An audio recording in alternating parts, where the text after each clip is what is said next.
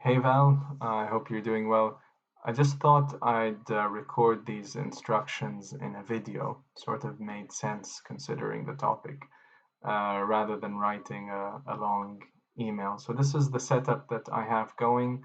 I've got the screen being captured, everything that I see on my laptop, and I've also got my phone that I've hooked up.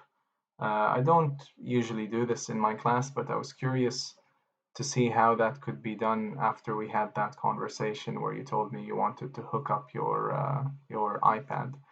So this is the software, or these are the software that I'm using for all of this. So OBS Studio is the video capturing software. OpenShot is the video editing software. And 5K Player, I just downloaded now, is the software that I'm using to broadcast what's happening on my phone to my computer to then be able to capture it using OBS Studio. Okay, so I'll send through in the next email the links to these software and how to download them if you're interested.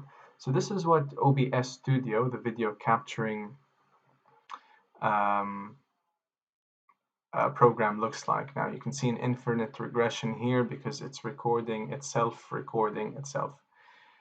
But essentially, the software looks a bit complicated, but there's only a couple of functions that I've been using that I don't think I'll need to use anymore for this semester.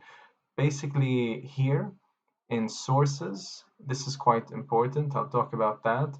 And over here on the right, there is the stop recording button. Before I click that, it was start recording. So it's just the same button to start and stop. But basically, the way I have these different things being recorded is by adding different sources.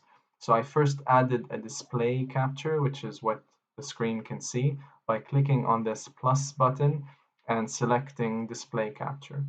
And I then added another source, being the webcam here on the right, by clicking the plus button again and adding the video capture device. And I also added what's happening on the iPhone by adding a source which is a window capture, with the window being this software, the 5K software that I'm using to access my phone and change things in it. Okay, all right, let me close that. So once you've added all of these sources, they show up on this display screen, and then you can play around with it to change the size of the source and their location. So say you want to change how that looks like, you can easily, change the size of the display screen, its location, and you can crop whatever source you want by holding Alt and then changing its size. It keeps it into place, but then it crops it. But if you don't hold Alt, it just changes its size if you do the same, uh, the same motion there. Okay, and once you're done recording, you can have in your screen your PowerPoint and the iPad. Maybe you want to take notes, or you want to use your stylus to write equations, and you want your webcam to be there. Once you're done with all of that, you can click on stop recording, and that will automatically save your video to, well, depending on what the output file you've specified, but I've specified it as just videos, and it'll save it here. And it should be good to go if you want to upload it, but you might want to trim the video, maybe remove the first couple of seconds while you get ready. Maybe, you stopped the video for some reason to grab a drink of water, and then you came back and started another video. So that gives you two outputs. You can stitch them together using the video editing software that I'm using, which is this one, the OpenShot video editor. Hopefully it opens. There's a lot of software happening or opening, being run right now, so it might be slow. Okay, but this is what the video editing software looks like.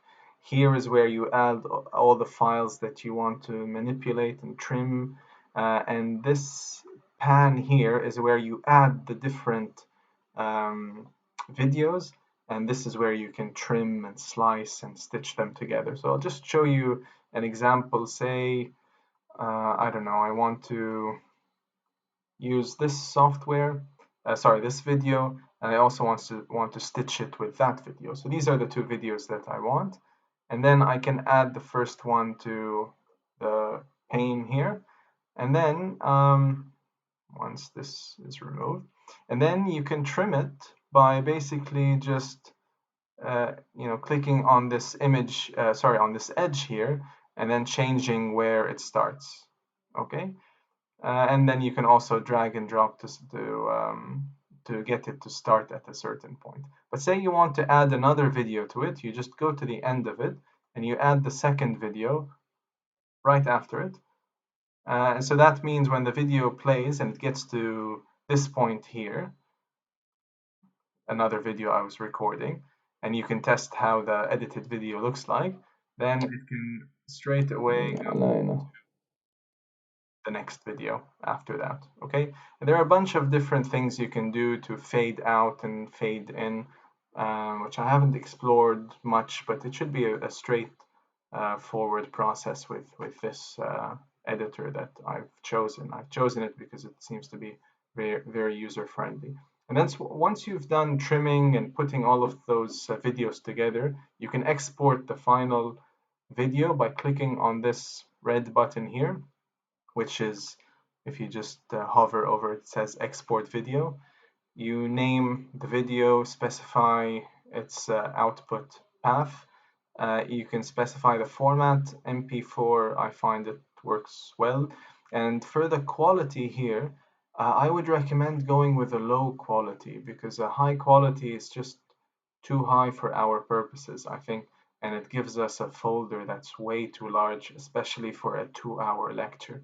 So I've been just using the low quality mode, and it's been working fine. And once you click on export video, it takes, maybe the 2-hour lecture videos have been taking about half an hour to stitch everything together.